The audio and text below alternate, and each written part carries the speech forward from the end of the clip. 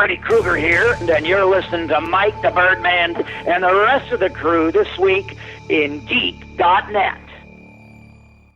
And now, our feature presentation.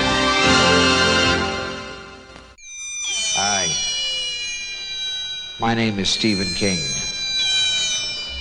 I've written several motion pictures. What is this place? I brought you here to bury Alan's cat. Daddy, is church all right? Why, Judd? I had my reasons. I dreamed he got hit by a car and you and Mr. Crandall buried him in the pet cemetery. What did we do tonight, Judd? If the future were in your hands, The daughter's screaming. The house is burning. would you change it? Hurry up! It's not too late. Touch this man's hand, and you are in the grip of the dead zone. A lot of people have directed Stephen King novels and stories. And I finally decided if you want something done right, you ought to do it yourself. I don't suppose they told you anything in Denver about the tragedy we had up here during the winter of 1970? I hired a man named Charles Grady as the winter caretaker. From what I've been told, he seemed like a completely normal individual.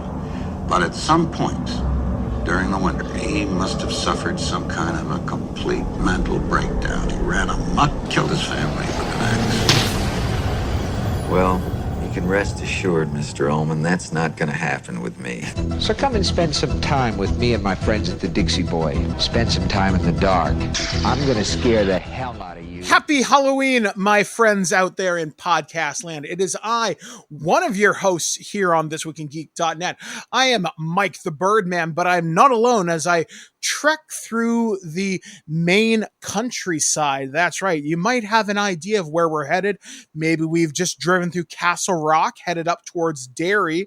Who's to say? But I'm joined by my co-host over in the wonderful land of Kitchener, Ontario, Canada. Alex, the producer here.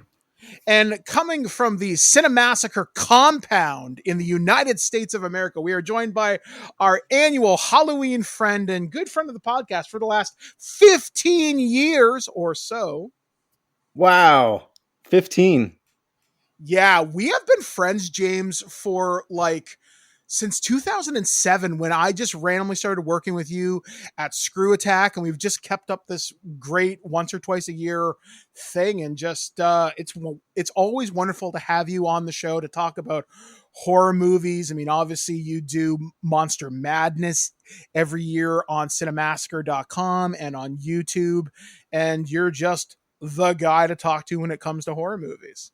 It's funny. Oh, thank you. Yeah, I love this tradition that we have, that every year we do this. Yeah. You realize that some of our listeners are younger than when you guys started recording together. Oh, really? Wow. Yeah, it's kind of insane. Just this, when you think about the history of internet created kind of video and all the creators that have come and gone during that time and how much the YouTube landscape has changed. Cinemassacre is not the same operation that it was when it began all the way back in the early aughts. Now we're 2022. Look at you, James, and your professional cameras and studio setup and editors and all this crazy stuff. Oh, okay. It's that the quality went up. Cool. Yeah, it's just your knowledge of the filmmaking craft and just all the people you've met over the years.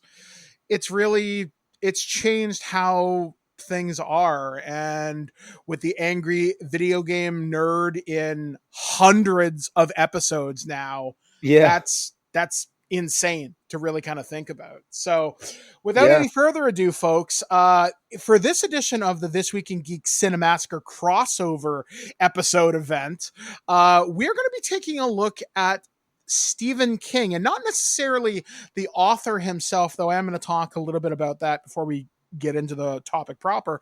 We're going to be talking about some of his movie adaptations that we ourselves enjoy, or stuff that maybe touched us personally or stuff we necessarily haven't seen in a really, really, really long time. So me, James, and Alex have been working together for the better part of a couple of months. We're recording this during the summer because once October hits, we don't see James for like months.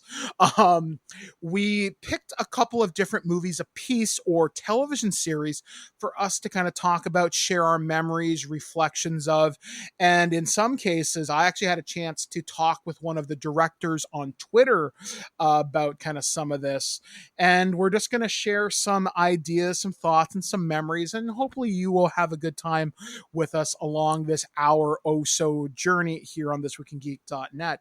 So Stephen King is one of those authors that as a child, growing up in the 80s and 90s, I was always very, very aware of. I mean, like, his books have sold hundreds of millions of copies, and it was just one of those names you just knew instinctively as somebody growing up during that time. I mean, you had Carrie, you had Cujo, Christine, Creep Show, etc. And I remember reading my first Stephen King book in the 6th grade. I read It and I read Tommyknockers, but it wasn't until I started reading his short stories that I really started to get into Stephen King.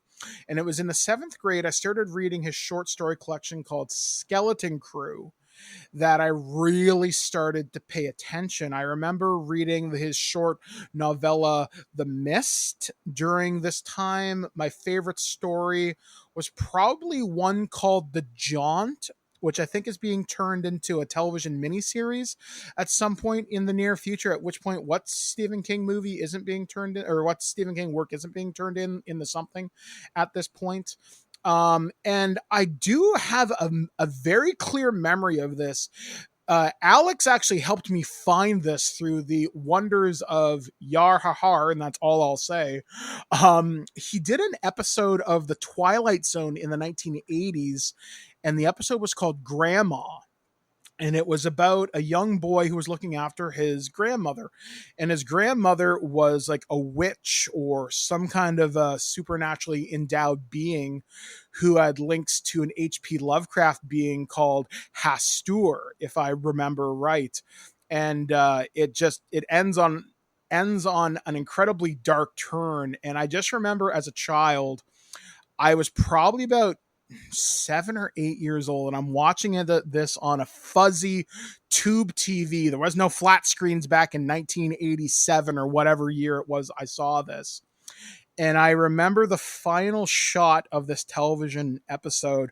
The boy hears his grandmother calling from the back room. The grandmother's been dead for hours, and he's left at home with this corpse, and he hears the grandmother calling to him.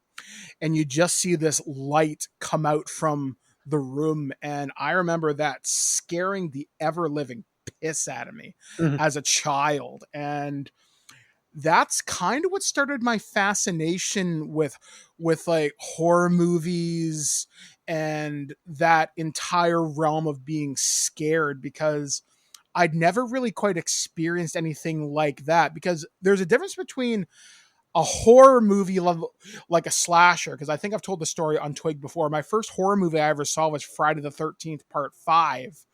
But this was different. This was terror. This was a scare on a level I can't quite describe. And it left a mark on me. And even later on, I would see his other adaptations and they would stick with me a lot more. So I'm going to pass the mic over to Alex.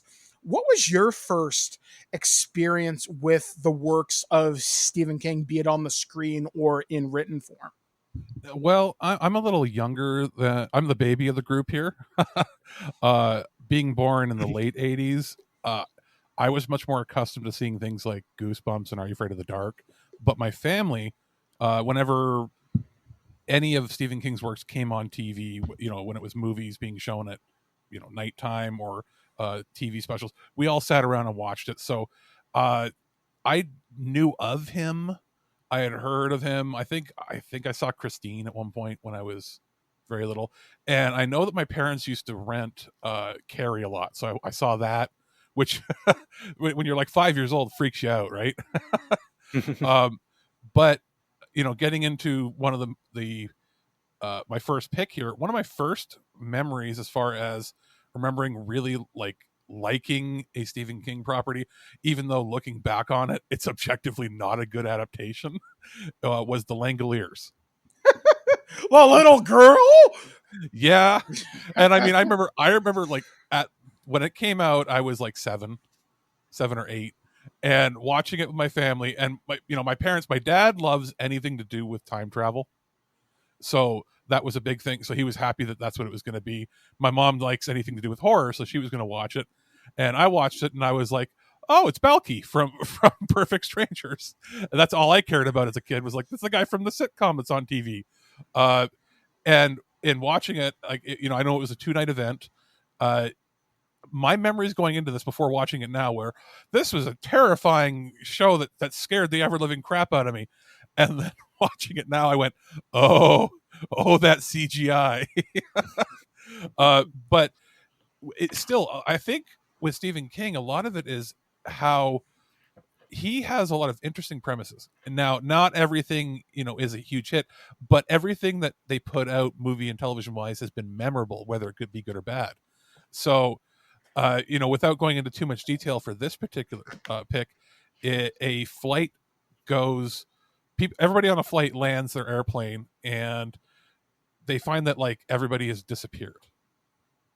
And while investigating it, it becomes there's a little Lord of the Flies kind of moment where people sort of, all their clashing personalities happen, and they discover that they've somehow slipped in a pocket of time where they're out of time, they're out of sync with everybody else. And the Langoliers are, for lack of a better term, at least in this, they look like CGI black holes with sharp teeth, and their job is to eat up the time that's left behind. And they're trying to escape, find a way through the rift back into modern time, so they're not stuck in the past or out of sync, without being eaten up by the Langoliers. And I won't spoil the ending necessarily, because it is worth a watch. But I picked it simply because this is the first official Stephen King property that I remember seeing specifically of his. And I know I had seen a few things here and there, but this was released right in the middle of the height of when a lot of his movies are being made, or a lot of the movies are being made and adapted for television. And it was still, an event watching thing where everybody would sit down for a couple nights in a row to watch. You didn't have to wait very long. Now, my second pick is The Dead Zone, which is one of my favorite movies of all time. Partially because it's Stephen King, and partially because it's one of the best David Cronenberg movies. Because it's not a body horror film, it's very different for the kind of movies he was doing at the time. And I actually got introduced to the movie after the TV show. I watched the TV show, I think it was on the USA Network, but up here it aired on Space. And it's an interesting idea. It's something that was perfect for a television show and a repeating series, which is man gets into a car accident, wakes up from a coma, and now has the ability to see people's past by touching them. And in the movie adaptation, it's Christopher Walken that plays the main character. You have Tom Skerritt as a police officer sheriff, and you have Martin Sheen playing a politician who is running for, or is going to run for office to become president eventually. And throughout the movie, a few major things happen. Like, he becomes sort of a psychic that works with the police trying to solve a serial murder case. And through touching different people and finding, visions and flashes of their past, he finds out that it's actually one of the officers in the police force that's the serial killer. And then there's a B plot that's happening where he, every once in a while, meets up with Greg Stilson, who is the politician, and he tries to, shake his hand, but never gets to. And when he finally shakes his hand, he gets a vision, not of the past, but of the future. And it's of him going completely crazy, and with some nefarious person in the government who may or may not be an evil, some sort of evil influence, he's going to launch nukes and start World War III. So he determines he's got to stop it. And this one I don't mind spoiling because it's really cool. He goes to one of Stilson's big campaign rallies and goes to assassinate him. He gets noticed, shoots, misses, but in doing so, Stilson picks up a baby and uses the baby as a shield from the gun. And a reporter takes a snapshot of that and runs away. And as Christopher Walken's character is dying, he grabs onto Stilson's hand and he sees the new vision of the future. And the new vision of the future is a picture of Time magazine with the photo of him holding the baby up. And then it ends with him killing himself in suicide because he's ruined. And that's how the movie ends. Now, the TV show, they play that as a B plot going throughout it, but it ran for several years. So it was more of like a MacGyver type show where every episode he would help somebody through a different series of events, whether it be solving a murder or potentially stopping something bad from happening that he sees. Like he touched somebody and go, in 2 days, something bad's going to happen to them. So he would then find a way to stop it or stop a bank robbery or that sort of thing. So they were able to make that stretch out over 6 or 7 years. And, that to me, like not every one of Stephen King's books has to be or adaptations has to be like a full-fledged horror. This was more like a psychological thriller, like supernatural thriller. So did you guys ever see these, like the movie or the TV show? I actually first saw the movie when I was in the hospital last year with my gallbladder. But James, what about you? Like, what has been your history with a lot of the Stephen King stuff? And then we'll touch on like kind of Alex's stuff. Oh, sure. Just want to talk about how I got introduced to Stephen King. Yeah. Oh, well, he had a reputation back then. I remember there was this commercial where they would say, like, what's the first thing that comes to your mind when you hear the name Stephen King? And they would just scream, and that was the commercial. I was too young to read the books, I guess. I was reading Goosebumps at the time, and I guess that was my idea of a scary book, but they were never scary at all, really. But then I don't know. Say Cheese and Die was pretty out there. Oh yeah. So then I remember when the It miniseries came out. That was a big deal. But I guess it was scary to everybody who, I don't know, thought clowns were scary, and I didn't really think clowns were that scary, especially that one. He was kind of funny, I think. But I do remember that being a really big deal when that came out. And then I was curious about the book, and I remember picking it up one time, and I was like, this is the biggest fucking book I ever read. I'm like, this is like 1,000 pages. I'm like, I can't read all this. And then I had a teacher who actually was telling me like, oh yeah, the book of It, that's really scary. That's like a really scary book. I'm like, oh, did you read it? And the teacher's like, oh yeah, I read it. I was like, well, how'd you read like a 1,000-page book? And oh no, what it was that she finished it like very quickly, like in like a couple days or something insane. And I was like, how'd you read that many pages in such a short time? And she says, well, every book that I ever get out from the library, I always have to finish before I bring it back. I always finish everything that I take out from the library. And I had to finish it that quickly because I had to get that book out of my house. And I was like, whoa, that's awesome. So that's where the reputation really came in. Like, well, wow, Stephen King is like the real deal. He's the real scary motherfucker, I remember hearing stories like that of that book and the Cujo book. Oh, okay. Kids at school borrowing it from the library and getting so scared they had to finish it quickly. Yeah, or not at all. Or lying and saying they finished it. Yeah. And to be honest, I haven't read too many of them in their entirety because they are very they're very wordy. Yeah, I think he's the most descriptive author that I know of, where he will tell you the whole history of the town and the streets, and like he will paint out the whole geography of where the story takes place. And he's very long-winded and everything, but I mean, he creates worlds. He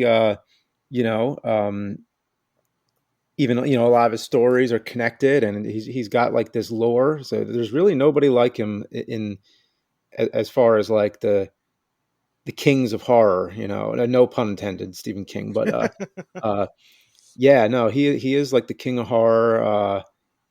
And yeah, I mean, I could start talking about the films, but I don't know where do you want to go to next? I was about to say, like, let's go back to Alex's thing where he was asking us about the Dead Zone. I first saw that, like I was mentioning, I was in the hospital for my gallbladder that tried to murder me last year, and that movie hit me in a different way because I'd never seen Christopher Walken in a role that wasn't goofy, and I was so impressed by it. I've watched a lot of his movies.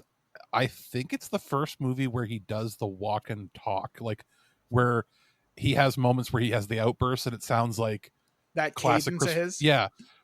Prior to that, he didn't really talk. have that. Yeah, you know what I mean? The walk and talk. Yeah. I never heard of it. That's a great name for it. The walk and talk. There you go. You can have that one. Use that. Okay. But you know what I mean? Like prior to that, The Deer Hunter and other movies, he was pretty much just normal dude. He didn't have that unique walkenism. Like there was no walkenisms yet. I feel like it came out during that movie more so, and then after that it was like he was off to the races with it. Like, yeah. It was, I think that was that was my second David Cronenberg movie I'd seen before we did the big expose last year where we watched like shit tons of his movies. The first one I'd seen before that was The Fly, and it was so drastically different. And seeing Martin Sheen, now I hadn't seen him in a lot of movies prior to this. I knew Martin Sheen mostly from Mass Effect 2 and 3 as the Elusive Man, and just to see him play a different villain who is somewhat over the top yet charismatic, so I guess kind of a precursor to the Elusive Man, it was something else, and I truly enjoyed it.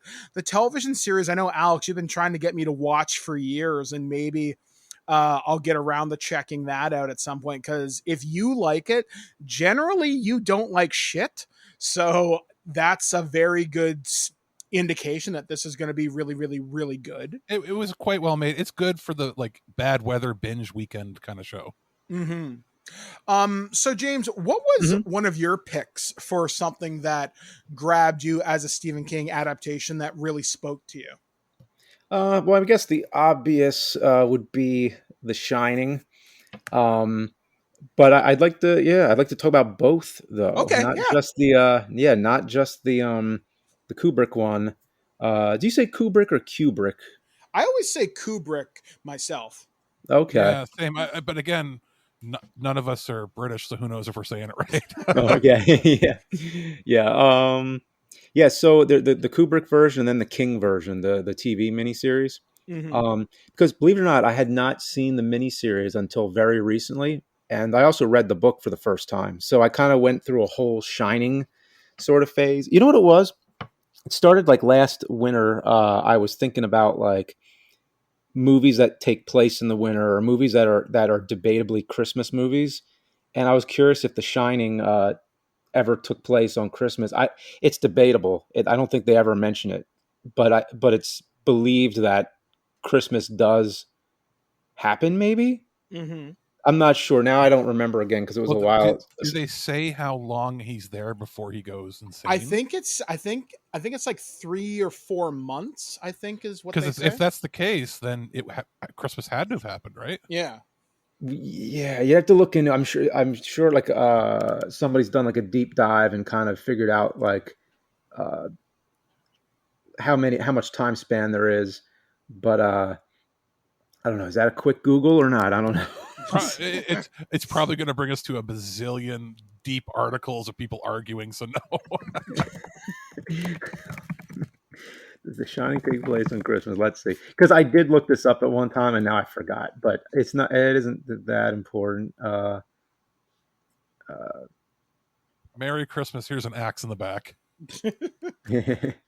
Well, so I guess, you know, talking about the Kubrick one first, I always thought it was an interesting movie that the hotel is the villain of the film.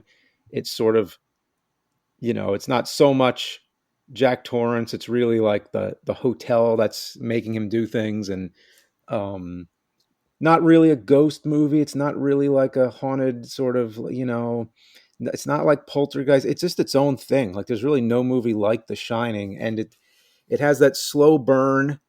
It has like things that don't make any sense, like a nightmare. It has like weird dream logic, and it's sort of a precursor to modern horror films, because horror is like one of a few genres where you can get away with doing things that doesn't make a whole lot of sense and kind of just bending logic and leaving a lot of mystery in the air.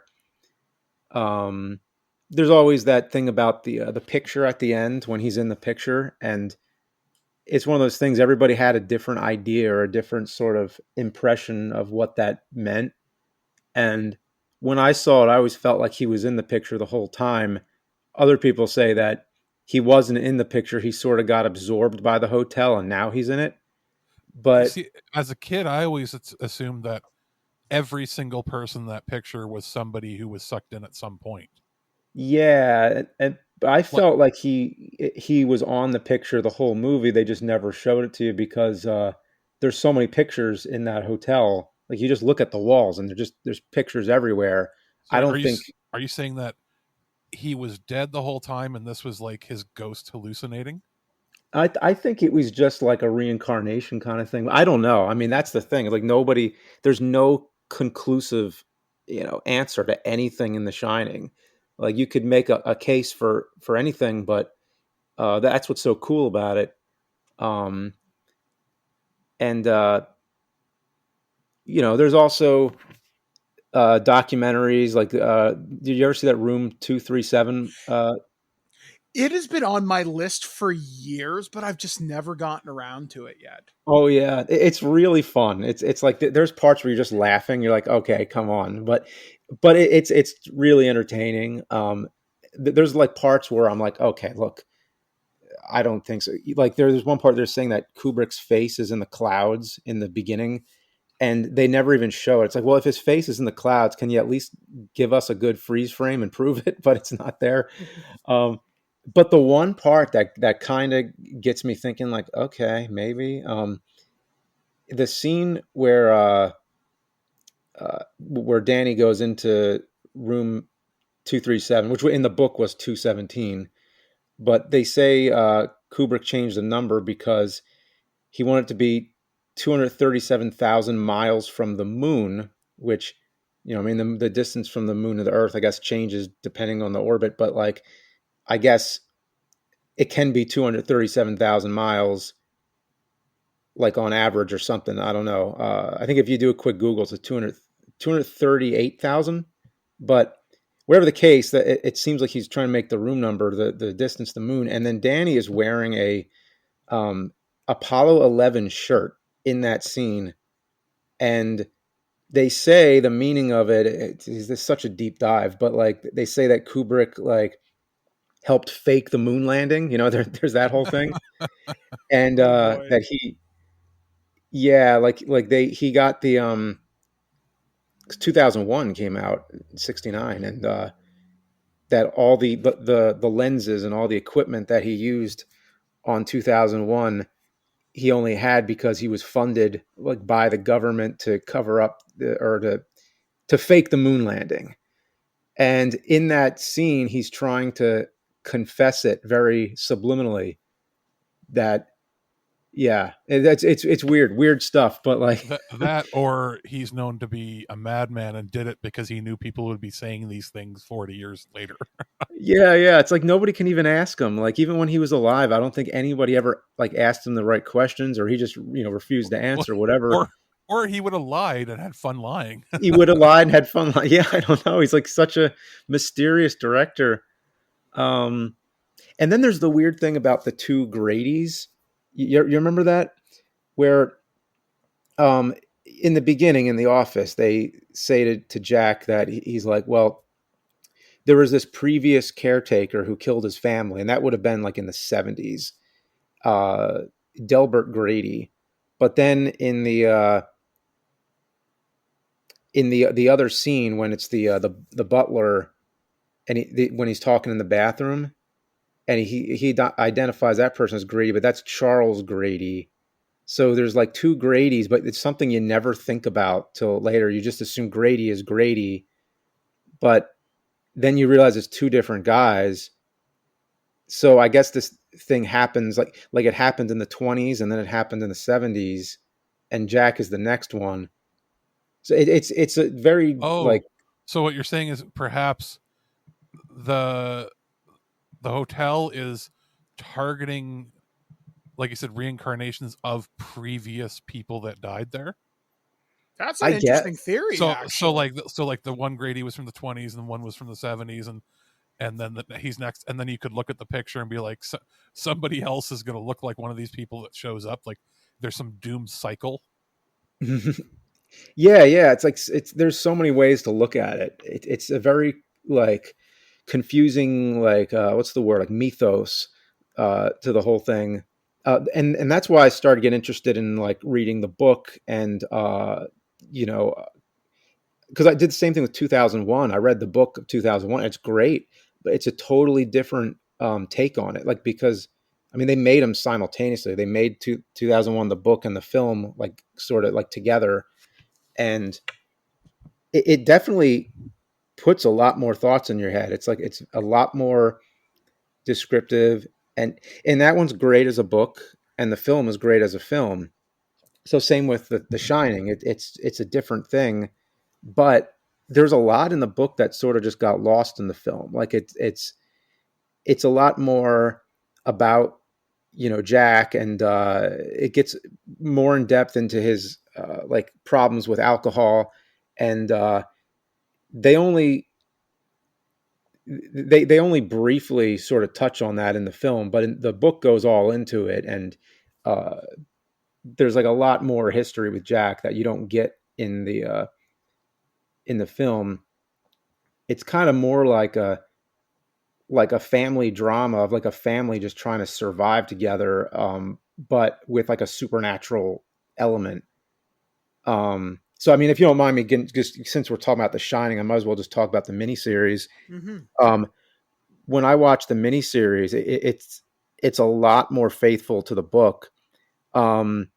It's a bold thing to say, but I think it serves the story way better than the Kubrick one. I mean, you can't picture it without Jack Nicholson. It's so tough because he just owns that movie, and to picture anybody else is just is really tough. But Steven Weber, he just nails it. Like I mean, first of all, just to give him props for even attempting, because nobody else wanted to do it. Everybody else was like, well, I'm going to be compared to Jack Nicholson. It's too high of a bar to match. But Steven Weber, he seems more like believable, that you see his descent into madness happen, and it takes shape gradually. And of course, it's a miniseries, so it's a lot longer. It has a lot more time. But like, he starts out, he's a normal guy. He just seems like he's had the problems in the past, but he's kind of like he's all cleaned up, and he's just trying to put his dark past behind him.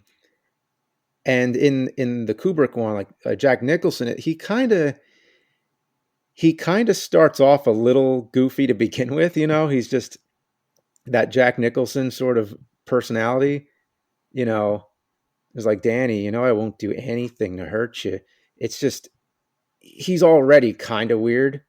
But Steven Weber, you see the whole thing take shape. Yeah. Have you guys seen this one? I've always wanted to see this one, but I just haven't taken the time to see it. And this one came out at like the late 90s or early 2000s, right? Late 90s. Yeah, I think it was, let me see. It was 97. Yeah. I saw a bit of it on TV, but I've never actually sat down to watch all of it. Yeah, there's some weird parts that are laughable. There's like a few like really weird effects in it that are sort of you know, these TV quality kind of effects. I mean, the production on the whole movie is great, and the camera work is great, everything. But there's like a few parts where it's like, oh, okay, that looks stupid. Because, like, for example, there's a part when in the book there's a bunch of hedge animals, like animals that are just trimmed out of hedges, and they start coming alive. And in the mini series, for the longest time, they don't show them move. Like he'll kind of turn his head, and then he'll see that they like change position. But then they actually choose to show them moving at one part, and it's out in the snow. And the way the CG looks, it's like you can see them walking on this pure white snow, and there's no like, not the proper shadow, or like you can just tell that they're like layered on top, And then there's like another part I remember where like a hose comes alive, and it looks really bad. But the story, I think it tells the story a lot better than the Kubrick one. I just remember there being at the time a lot of argument in the fandom, like of his stuff saying, "Oh, don't watch," even though he's the writer, "don't watch his. It's going to be crap." Like there were people arguing like it's on TV, it can't be as good as the movie. And I think that might be why I didn't watch it. But, then I heard people that had seen it. They're like, oh, it's great. It adapts the book better. It's one of those situations where I think it's good that both exist. Yeah. Well, what's interesting too is that they filmed in the original Stanley Hotel, which was in Colorado. That's the one that inspired Stephen King when he wrote the book. And it's supposed to really be haunted. So like he went back there to actually film in the real place, which is oddly called the. Isn't that like? Yeah, it's oddly called the Stanley Hotel, kind of like Stanley Kubrick, but it hasn't. It's not. Kubrick was actually inspired by a totally different hotel. So there's like 3 hotels in all of The Shining. There's the one that inspired King, which he used in the TV series. Then there's the one that Kubrick used as the exterior shots. It was Timberline Lodge in Oregon. And then there's the one that Kubrick was inspired by the I think it's pronounced the Ahwahnee Hotel in Yosemite Park, California. And he basically recreated the interior as on a set, and that's where they filmed. And isn't it one of the few settings that he had in his books that was not, in the Northeast? Yeah, because yeah, I guess so. Yeah, because a lot of King's works happen in Maine. I just found this out a couple hours ago. He did a book set in Florida. I can't remember what that book's called, but I remember obviously there's The Shining is not Maine, the book in Florida. Cell starts in Boston and then bounces around. I want to say even Dreamcatcher doesn't happen in Maine, but I'm not 100% sure on that one. But yeah, just that was just something funny that caught my attention. Yeah, that's interesting. But yeah, like The Shining, one of the things I love about those movies and the idea behind The Shining is just looking at what isolation can do to somebody. As someone who is disabled, sometime back before I became a lot more kind of mobile, Alex can attest to this. I couldn't get out a whole lot just due to wheelchair issues and mobility issues in general. And I could kind of see where Jack was coming from, where you see the same 4 walls every day, the same few people every day with no change. I mean, for a long time, I couldn't even see outside because stuff was blocking the window. I could wake up at 2:00 in the morning and think it was 2:00 in the afternoon. I remember more than a couple times when it was affecting you, where we had the conversation where I was like, you don't go all shining on us. Yeah, like I remember you saying that to me, and I'm like, I'm not going to hurt you. I'm just going to bash your fucking brains in. Well, it's basically like a movie about cabin fever. Yeah. And like there were a few times where I said, hey, Mike, this situation, whatever was bothering you, I'm like, it's really not a big deal. I know it's a big deal to you right now, but sit back and look at this. I think you're working it over in your head and you're going a little shining crazy. But yeah, like it King, when you look at his work, he really starts to explore interesting ideas about the human condition. And The Shining is, like I said, it's a look at cabin fever, it's a breakdown of the family, it's what isolation can do to you. And I guess just to kind of start on one of my examples here, James, have you seen Pet Cemetery? Yeah, a long time ago though. I don't have a lot of memories of it other than like, I mean, it was a big deal, I think, because I had a pet cemetery like in my neighborhood, basically. Oh, wow. It was this, I mean, it wasn't like an official cemetery, but like, I remember as a kid, like, we moved in this house and then I became friends with the neighbors and then they told me like, oh yeah, there's a pet cemetery over here. And it's like in my backyard, basically. It's like behind my backyard. And, they're like, oh yeah, everybody in the neighborhood, bury their dead pets back here. This is where they all go. And he was probably bullshitting, but after that it became true because then like anytime, I've had several, cats and dogs over the years. And, basically, like whenever they would pass away, usually that's where we'd put them. So it became a pet cemetery. And not only that, but anytime we found like a dead rabbit or a squirrel, like anything, we would just, put them there. So I basically made a pet cemetery because of Stephen King. The reason I bring that up to talk about King's examination of certain subject matter, I was watching Pet Cemetery last night and it really kind of hit me. The movie's about grief in a very, very unique way. And it's also about how we as people are terrified of death because the main character of Lewis Creed is a doctor and he moves from Chicago to Maine. And his first patient is a guy named Victor Pascal, and he gets hit by a truck and passes away. And his first patient, as a new doctor in this new town, dies in front of him, and that affects him profoundly. And then his neighbor, played by Fred Gwynne, who all of us know as Herman Munster, which has been parodied on South Park and countless other shows, like over there, sometimes dead is better. And he says how the pet cemetery that is on Micmac land, which is a local indigenous tribe in the US and Canada, that's a burial ground. And it says this is where people have been burying their pets for years. But beyond this deadfall, there's a place where the ground is different and it allows things to come back. So unfortunately, during the movie, his young son Gage is hit by a truck.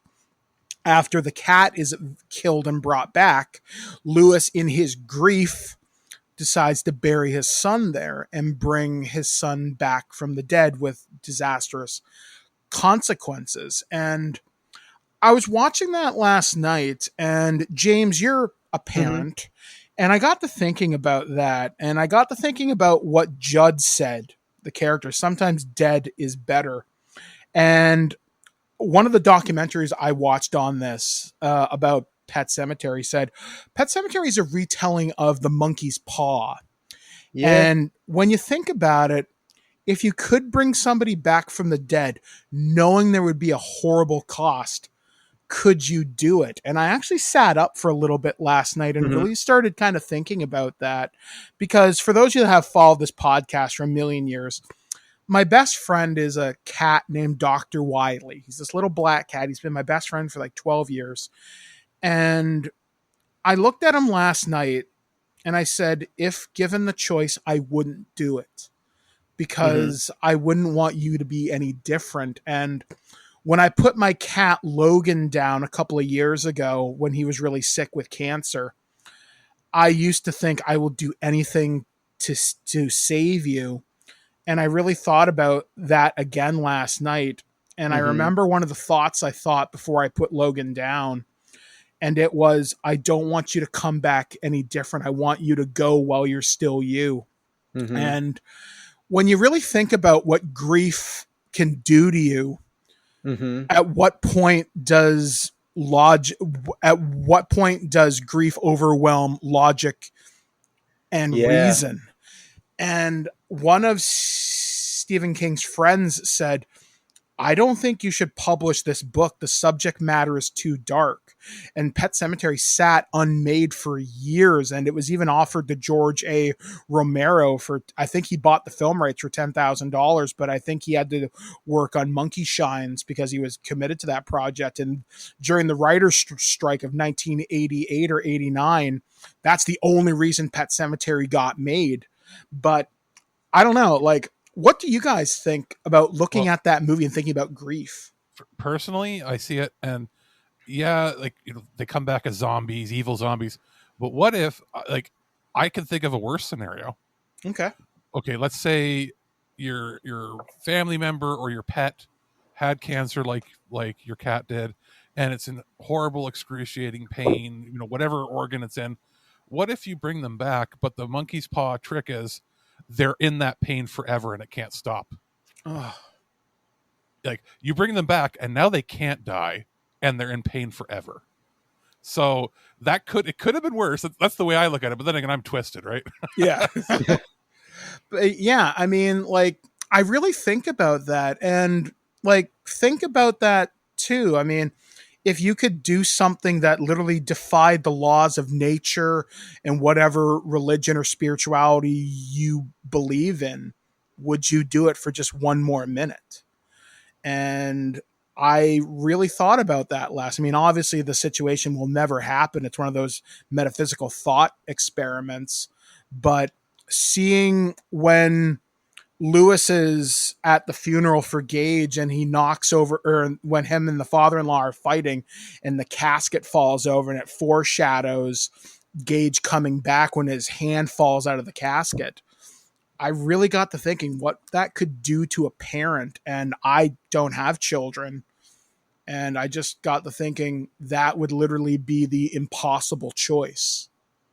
Right. And that, I don't know, that affected me more than I thought. Mm-hmm. And I'd love to hear your perspective on that, James, because like, you're a filmmaker, you're a writer, and you're a parent. So what's your perspective on grief when it comes to making that impossible choice? Well, that's heavy. That's it's very profound. Yeah. It's easier and more tangible to think about the pet scenario, just because, you know, the movie's Pet Sematary. Yeah. I mean, yeah, it's about a human, but like, you know, like, because I lost a cat a couple years ago, and I mean, I lost many over the decades. I've had a lot of cats, but and most of them lived really long too. So I feel like you just know that's coming eventually, and like, it really just depends on the circumstances and everything. I mean, Boo was 13. He had cancer, so it wasn't like expected or anything, but it was, you know, he had a good run, so it was, you know, totally sad. But yeah, you do think of those things. You're like, well, what would you put your pet through to stay alive? And it's like, well, no, I don't want the pet to suffer. So yeah, like, there's just a time to go. So yeah, like, there's one thing that another person kind of brought up about Pet Sematary, and it's about how do you talk to your kids about death. And Lewis is talking to his daughter Ellie after Gage passes away, and she's holding a picture of Gage where she's pulling him in the wagon, and she says, I'm going to hold on to him and maybe God will change his mind. And he has to say to her, like, it doesn't work like that. And I really got to thinking about that. Like, there's something about certain horror movies. Yes, there's scary zombies and there's, you know, people getting hurt and everything, but sometimes they can say something remarkably profound despite all the horror that's kind of going on around it. And I think that's why I liked Pet Sematary so much watching it again. I saw it on Blu-ray. I reviewed it for the show back in 2019 when there was the re-release. And then when the new movie came out a while ago, the new movie does some things okay. But I think the original by Mary Lambert really starts to kind of say something about that if you're willing to look into the themes of it. And I don't know. It's one of those things that really kind of makes you think. I don't know. Alex, do you have any kind of thoughts on this before we maybe check out James's last pick, which is one I'm really surprised you picked, James, but I'm excited to talk about. Not particularly, other than you say it's like The Monkey's Paw and it's about grief. It's more the moral of the story here is don't be selfish. Yeah. Bringing them back isn't for them, it's for you. Yeah, so it's very true. It's trying to teach people you're greedy. Don't do it for selfish reasons. Everybody goes, and when they're gone, you remember them. You don't want them back just for you. Because they don't. Who says they want to come back? Yeah, it's true. It's really tough. Yeah, I mean, it really depends on the circumstances, and like when it comes to children, it's like you don't even want to think about it. It's just like such, Just for the love of God, don't bury a Canada goose there, or it'll come back. There's a horror movie for you. The Cobra Chicken of Doom. Yeah. So James had picked this movie. You sent me an email about this, and I'm thinking, oh, Jesus Christ. Where do we start with this one? Yeah, so the one I picked, it's the only movie that Stephen King directed, and it happens to be Maximum Overdrive. And I've always wondered if there's a way to find out an answer to that, if he's ever explained it anywhere. Because I know he's typically not a director, I guess. He's a writer. He acts sometimes, he's in this film, he has a cameo, but I don't know, of all the films that he would want to be that hands-on and direct it, why would it be Maximum Overdrive? I'm not sure what his decision was. I think he just decided to give it a whirl. He wanted to know if he was as scary as he thought he was. And there's anecdotal stories how he was coked out of his mind while doing it.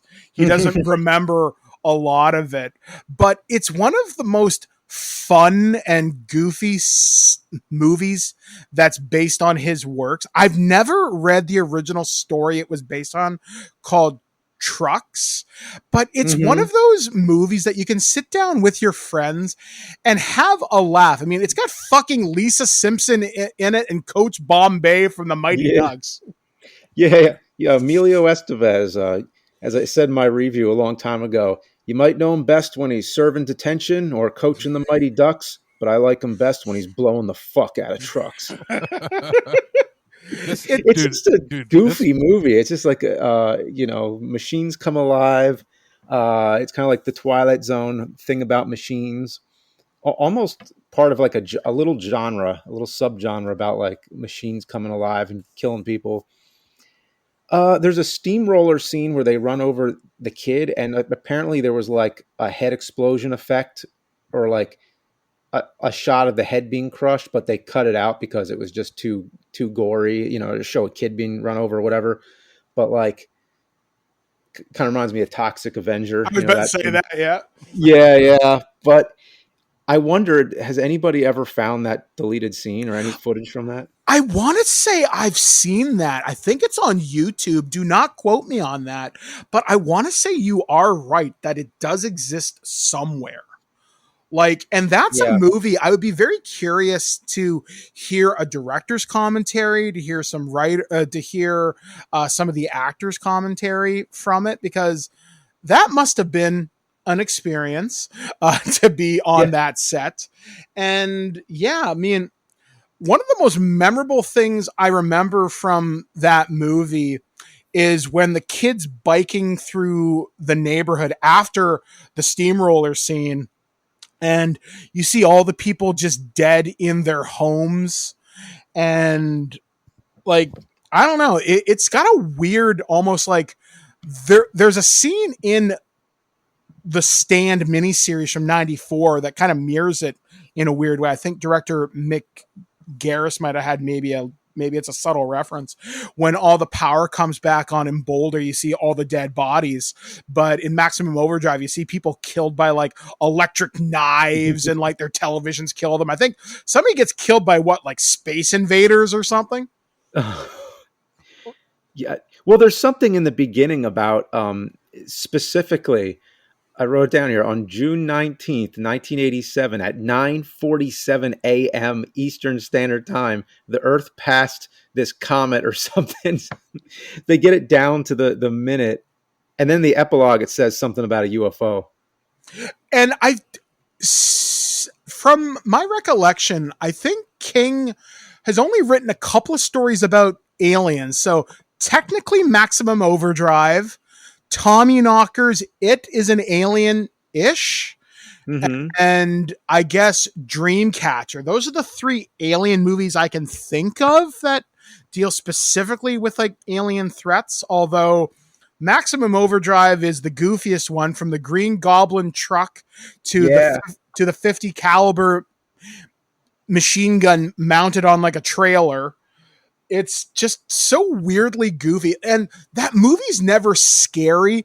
It's a good time. And I can't think of many horror movies that invite you on a good time with blood that wasn't a Friday the 13th or a Nightmare on Elm Street. I mean, really think about that. I mean, how many horror movies have that lighter tone, but with gore that aren't intentionally made to be stupid? You know what I mean? How many movies have the entire soundtrack scored by AC/DC? Yeah, I mean, like King had that kind of power at that time to say, I want this. And the studio and AC/DC were like, sure. I mean, it's so funny because it's just like, because AC/DC, it's awesome, but AC/DC isn't like a soundtrack band.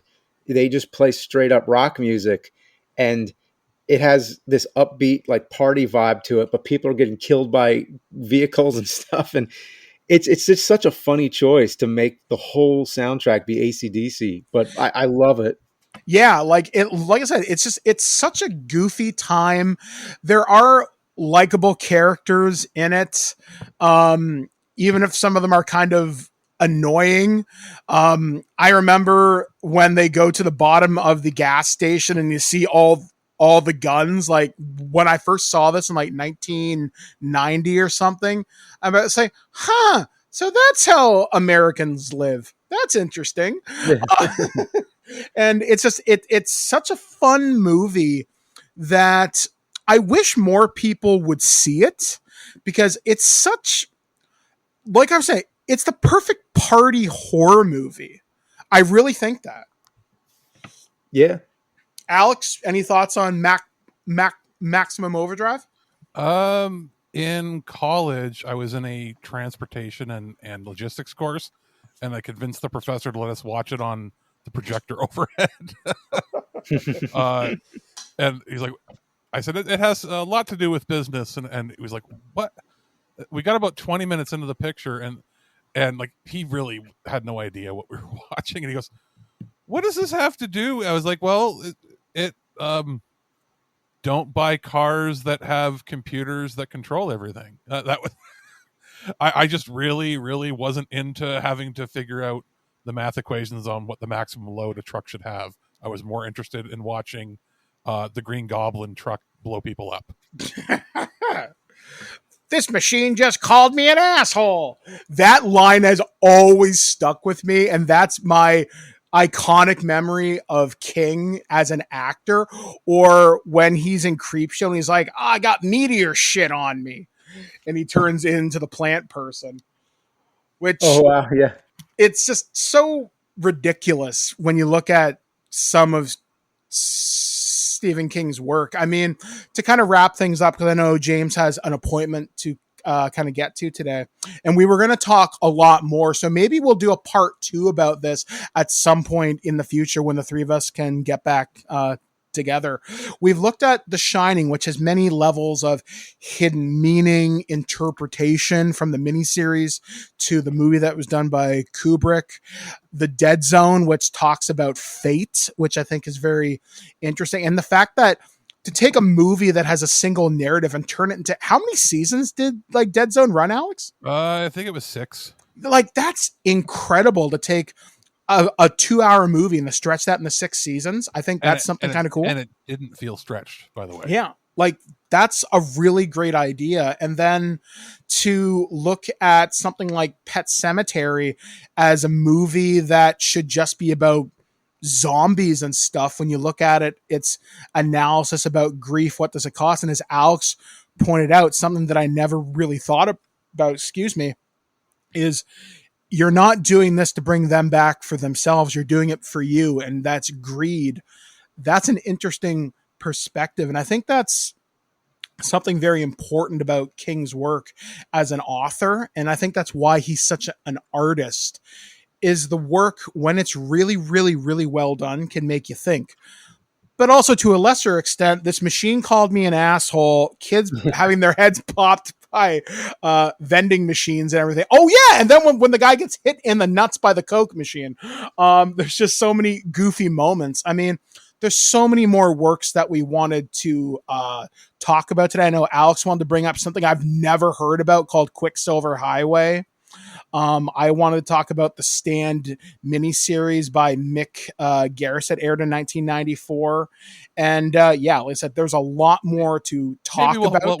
We'll have to do a Mick Garris one that we can talk about it eventually. Oh, I would love to do that because I think that would be a lot of fun. So James, what is coming up for Monster Madness this October?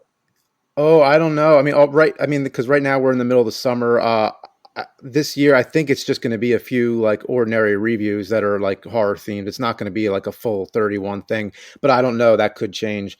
So right now I'm just finishing up one big project and about to start on the next one. So working on an AVGN episode. So, and by the time you hear this, I'll be working on another one. So there you go, folks. So if you want to follow James's work, like I have to tell you, you just go to Cinemassacre.com, his YouTube channel, which we will be linking below. I think me and Alex will be talking with Aaron. We'll be looking at John Carpenter movies that aren't the big ones. We're going to talk about some of his back catalog stuff this year that maybe doesn't get the attention it deserves. And I know I'm a big fan of John Carpenter's musical work, but some of his stuff I just haven't seen before. So we'll be talking about that later on this month as we go through the spooky month of October. So James, once again, thank you so much for joining us here on ThisWeekInGeek.net. Oh, thanks, guys. Appreciate it.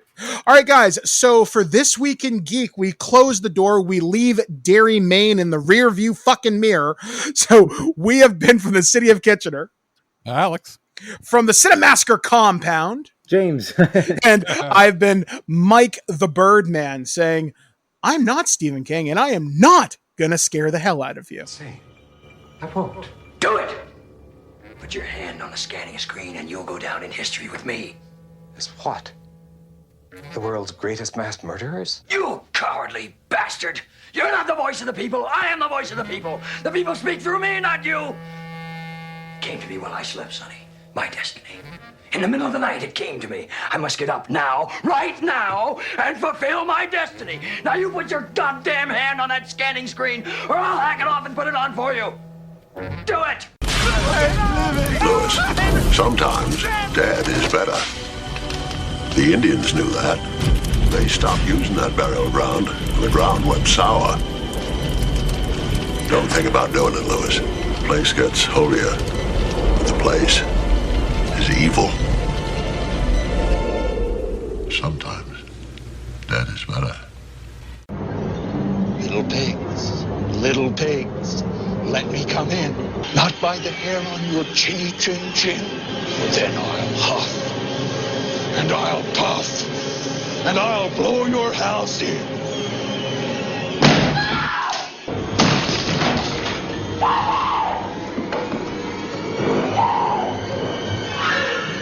Here's Johnny. At no point in your rambling, incoherent response were you even close to anything that could be considered a rational thought. Thanks for listening to this episode of This Week in Geek. Hungry for more? Check out our website at ThisWeekInGeek.net. You can subscribe to the podcast, browse our Twitter and Instagram, and leave your thoughts on today's topics. If you'd like to give us some feedback, send us an email at feedback@thisweekingeek.net. Tune in next time, and remember, lower your shields and surrender your listenership. We would be honored if you would join us. Thank you for your cooperation. Good night.